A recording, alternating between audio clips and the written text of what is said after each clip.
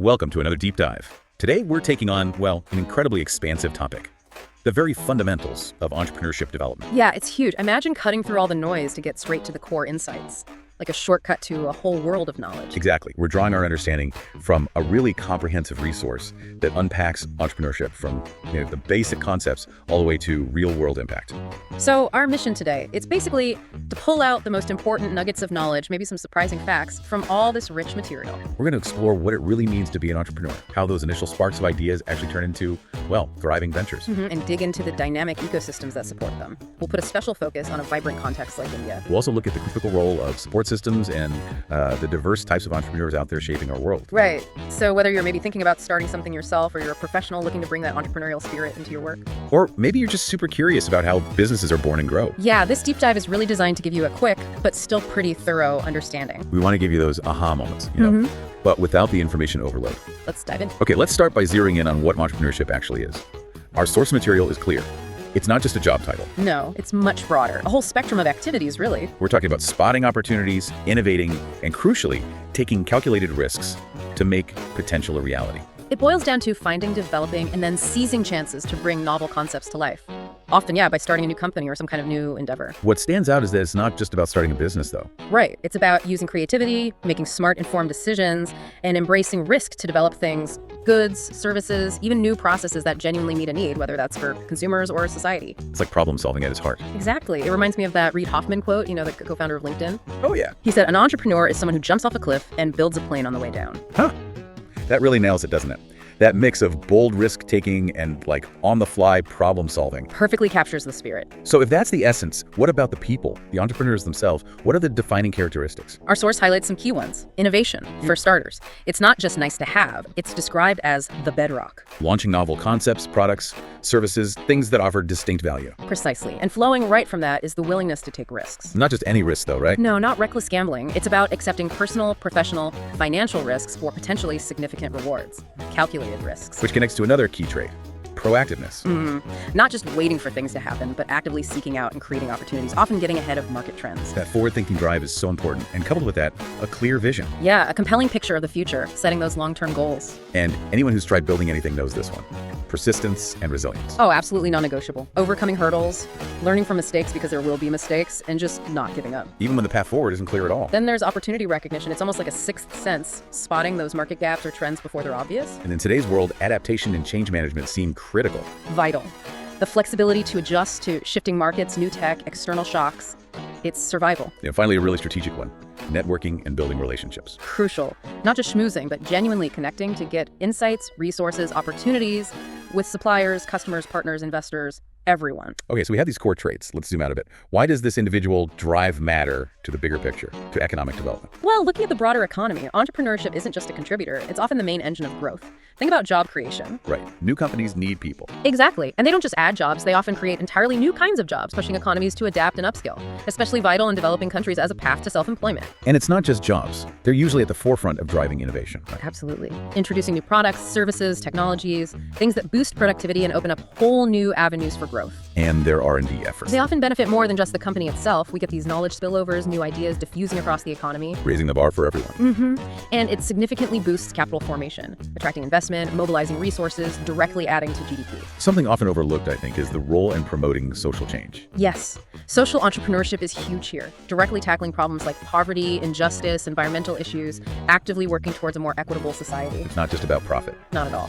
And finally, by bringing in new players and new ideas, it naturally encourages competitiveness. Which is generally good for consumers, right? Lower prices, better quality, more choice. Exactly. It's a powerful force across many different dimensions. Okay, great foundation. Now, let's explore the actual entrepreneurial journey.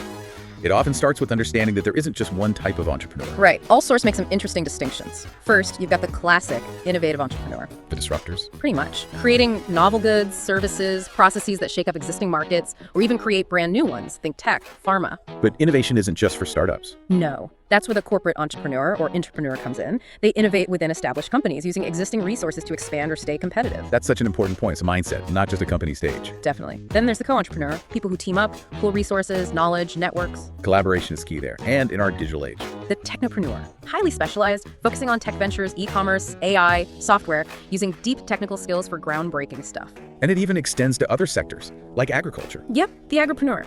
Innovating in farming, food production, sustainable practices, it shows how universal this thinking can be. Which brings us to a really fundamental point. Creativity versus innovation, often used together, but distinct. Very distinct yet deeply connected. Our source defines creativity as the ability to come up with novel, valuable, unique ideas or approaches. It's the generation of original concepts, the spark. And the process isn't just a light bulb moment, is it? No, it's described as more iterative. Starts with preparation, gathering info, research, understanding the problem. An incubation. Right, where your mind kind of works on it subconsciously, often leads to that epiphany, the aha moment. When the solution clicks. Then you move to verification, testing, refining, making sure it's viable. And finally, implementation. Turning the idea into something real. A product, a service. And you can loop back anytime. It's dynamic. The nature of creativity itself is fascinating too, not just individual flair. No, it's a cognitive process, involves divergent thinking, generating lots of ideas, and convergent thinking, narrowing them down. Environment matters too, situational factors. Collaboration plays a role. Big time. Often thrives in teams, influenced by social dynamics, driven by curiosity, imagination, open-mindedness, passion. So boiling it down, creativity is the ideation, innovation is the deployment. That's a great way to put it. Creativity is coming up with ideas. Innovation is putting them into practice, making them useful. Okay, crucial distinction.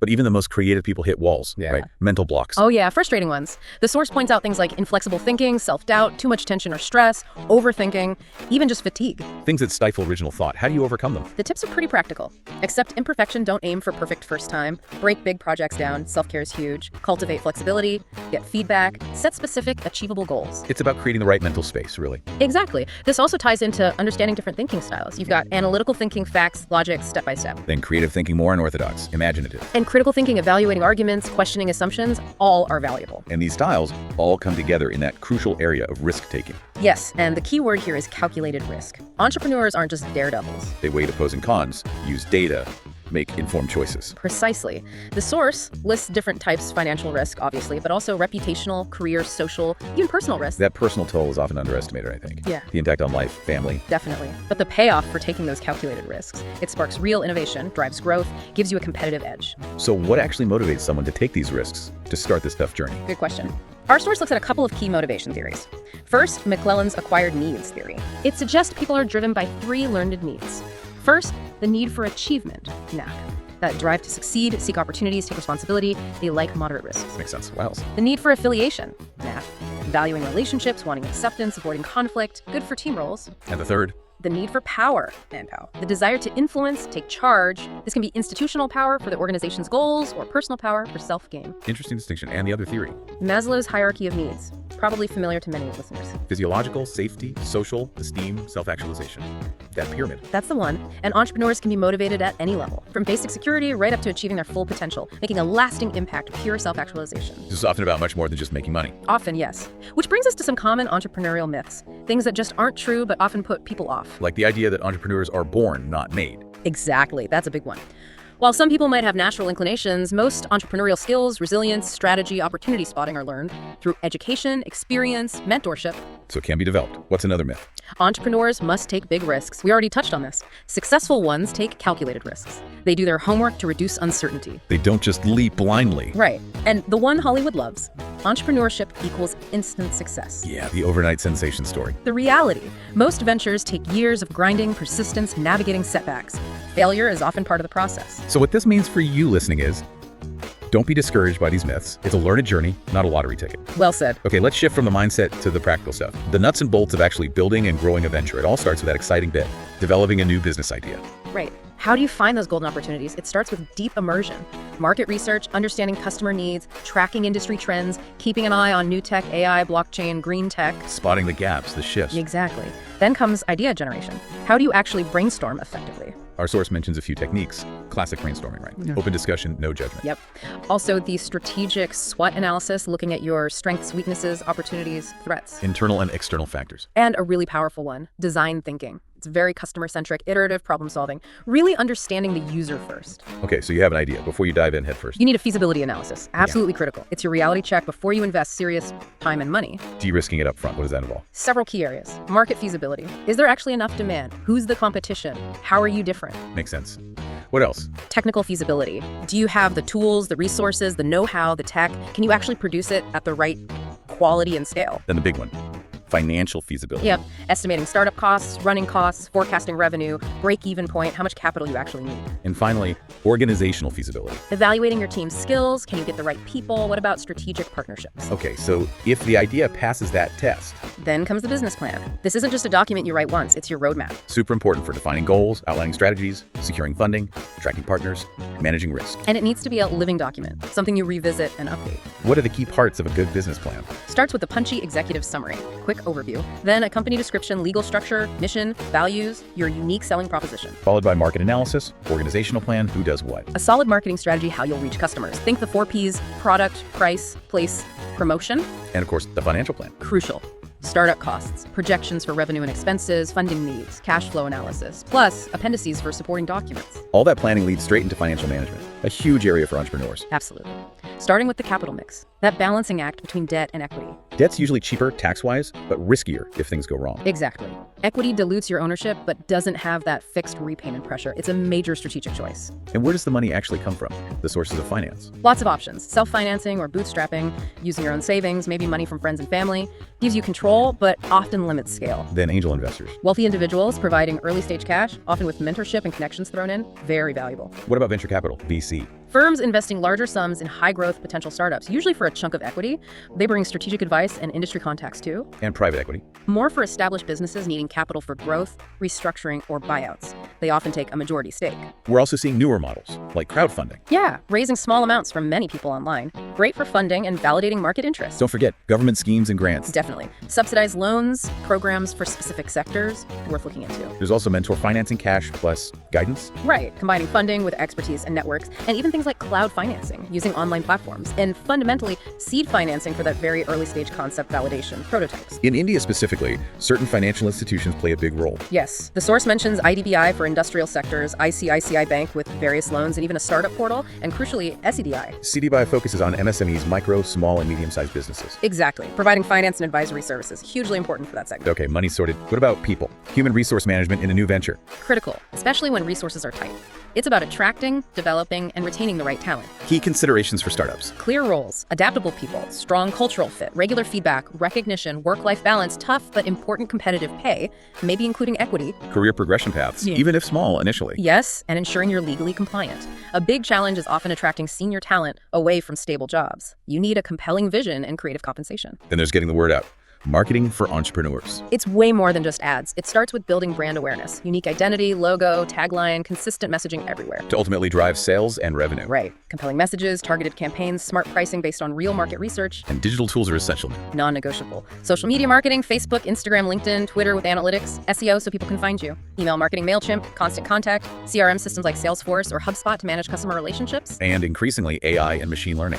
Yeah, for personalizing customer experiences. Really powerful stuff. Finally, the physical side. Designing business location and layout. Location seems huge. It is. Think about market access, supply chain, customer demographics, employee commute, brand image, tech infrastructure, local laws.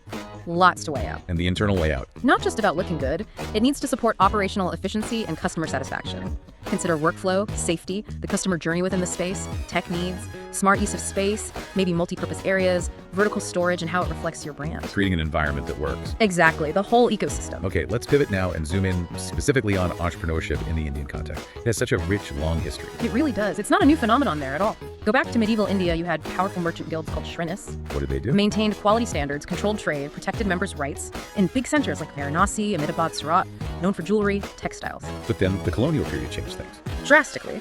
The British East India Company's monopoly hit local industries hard, especially textiles. Yet some Indian entrepreneurs still emerged. Amazingly, yes. Figures like Jamsetji Tata, founding the Tata Group in the late 1800s, and G.D. Birla expanding his family business. They adapted and thrived, laying incredible foundations. Then came post-independence and the license rush. Right, a period of heavy government control and complex regulations, very challenging.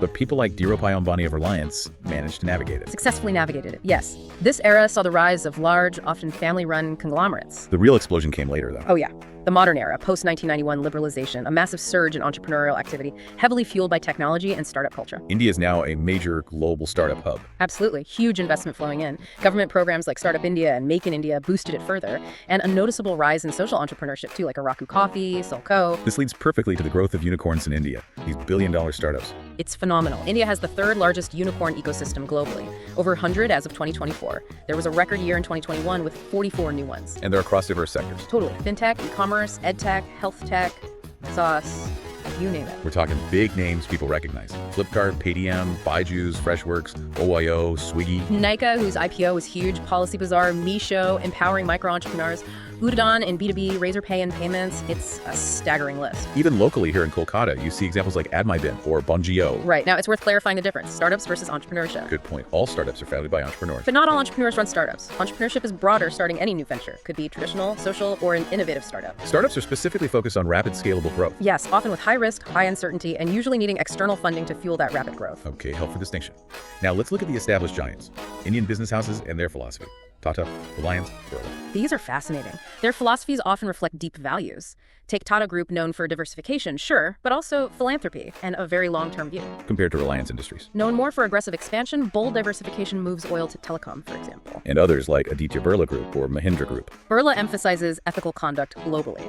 Mahindra focuses on sustainability, their Rise for Good motto, across diverse sectors. And there's so many others, Bajaj, Amul, Godrej, Infosys, Wipro. What values tend to underpin them? Often you see cooperation, mutual respect, sustainability focus, trust, ethics, social responsibility, CSR, long-term relationships, sometimes collectivism, family hierarchy, flexibility, client focus. These values shape how they operate. But family businesses face unique challenges too, right? Definitely. Balancing family versus business needs, professionalizing management, handling conflicts, needing clear roles, open communication, maybe mediation. Succession planning is huge, and fostering innovation within tradition. Beyond the companies themselves, the government has played a big role through initiatives. Startup India from 2016. A landmark program aimed at building a strong ecosystem, simplifying rules, providing funding support like the fund of funds, tax breaks, IP protection, setting up incubators, accelerators, significant, promoting innovation, creating jobs, helping regional development, encouraging social ventures, And Make in India from 2014. focused on revitalizing manufacturing, attracting investment domestic and foreign, enhancing infrastructure, streamlining laws, targeting key sectors like electronics, auto, defense. Trying to reduce dependency on imports, create jobs. Exactly. And skill development too. Then there's Stand Up India, also from 2016. Who does that target? Specifically disadvantaged groups, SC/ST communities, and women entrepreneurs. It facilitates bank loans from 10 lakh up to 1 crore rupees for new greenfield enterprises. Supporting inclusion. And what about grassroots efforts like self-help groups, SHGs? These are incredibly powerful, especially in rural and marginalized areas. Informal groups offering mutual support. How do they help? Everything. Joint purchasing, sharing resources, financial support through savings and microloans, moral support, networking, empowerment, even social initiatives. Their contribution seems huge for grassroots entrepreneurship and financial inclusion, Immense. They really foster growth from the ground up. which connects nicely to small-scale industries, SSIs, often called the backbone of local economies. They really are. Characterized by limited scale, often labor-intensive, very flexible and adaptable, great at personalized service, though access to capital can be a major hurdle. Their importance in India. Massive for employment, promoting rural industry, balanced regional growth, using local resources effectively, offering niche innovation, and often being quite sustainable. The source even outlines the steps to set one up: legal structure, registration, infrastructure, marketing, launch. Yeah, making it accessible. Okay, let's talk about a particularly dynamic segment. Women entrepreneurship. It's clearly a growing force. Absolutely. Historically, women faced huge barriers, lack of networks, finance, education. But things are changing dramatically. What's driving the change? Growing awareness of women's rights, for sure, but also technology has been a massive enabler. Digital platforms, e-commerce, social media. Helping them overcome those traditional challenges. Limited access to credit, family responsibilities, social stigma, lack of networks. Exactly. Institutional support is also key. Government and NGOs providing skills training, business management, financial literacy, digital marketing, financial schemes like grants and microloans, mentorship, networking. And technology's impact specifically. Revolutionary. Increased access to information and skills, lowered entry barriers, opened up global markets, provided powerful branding tools via social media, letting them control their narrative. The source highlights some amazing case studies both globally and in India. Inspiring stories. Globally, you have Indra Nooyi at PepsiCo, focused on sustainability. Oprah Winfrey, a media powerhouse showing fortitude and branding genius. Whitney Wolf, heard of Bumble, empowering women. Sarah Blakely of Spanx, building an empire. And in India. Equally impressive. Kiran Mazumdar-Shah of Biocon. Richard Carr of Zivam, tackling social stigma head-on. Falguni Nayar of Nykaa, becoming a self-made billionaire. Richa Singh of Zest Money, driving financial inclusion. Nisha Sinha of Rangoli, empowering rural artisans. These aren't just business successes, they represent significant social shifts. Absolutely. And the future trends look bright. Continued digital transformation, growth in health wellness, more remote work flexibility, better access to funding, focus on personal branding, tech innovation, global reach, and emphasis on sustainability and community. So what does all this mean for you listening to this as you think about your own path? Yeah, where do you fit into into this picture. Wow, okay. We've covered a lot of ground. We've journeyed through this incredible landscape of entrepreneurship, From the core concepts and the mindset needed, to the practical steps of building a venture, and those unique dynamics in India, like the support systems and the rise of women entrepreneurs. I think the key takeaway is that entrepreneurship is so much more than just starting a business, isn't it? Definitely. It's this dynamic process, identifying opportunities, creating value, driving social change, fueling economic growth. It's about blending innovation with persistence, adapting to whatever gets thrown at you, and leveraging diverse networks effectively. So you listening now have, hopefully, a much clearer mental map of this world. You've seen the core traits, busted some myths. Understood the support systems out there, and gained insight into how different cultures, especially India's vibrant one, nurture the spirit. So armed with all these insights, what aspect really stands out to you the most? Yeah, what question has this deep dive sparked for you? What are you curious to explore next? Because the journey of discovery, it really doesn't end here. It's just beginning.